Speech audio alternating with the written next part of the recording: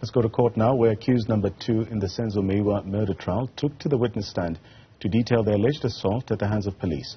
An emotional Bongani Ntanzi says officers tubed and beat him up at different locations in order to solicit a confession from him. He also rebutted the state's evidence that he gave 2 confession statements freely and voluntarily. Newzroom Afrika's Mnisi has this report.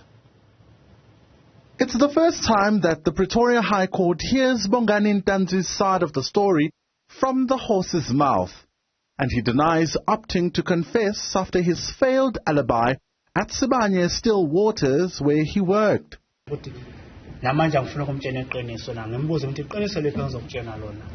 And in relation to, for context purposes, when he says you still don't want to tell me the truth, did he relate in respect to what aspect?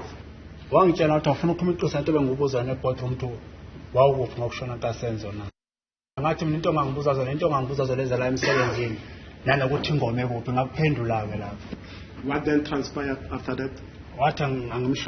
And what happened?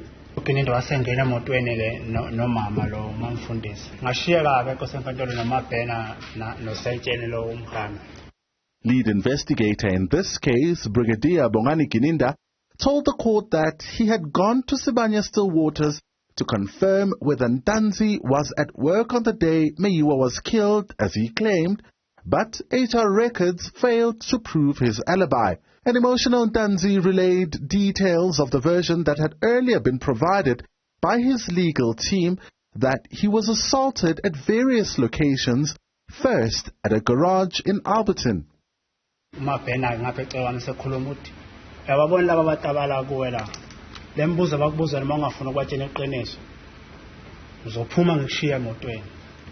Then what happened?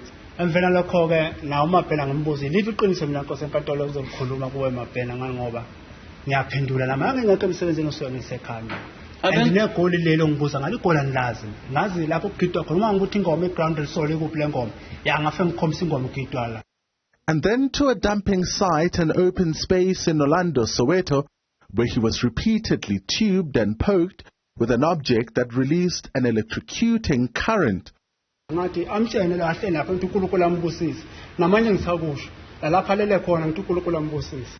Ntanzi's evidence does not corroborate the GPS report known as the AVL of the vehicle that was transporting him that day.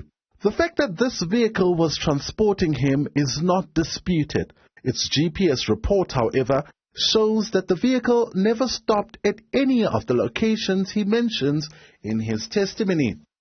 This version of assault and being forced to sign is what he is using as an objection to the admissibility of his 2 confession statements in the main trial. He continues with his testimony on Friday.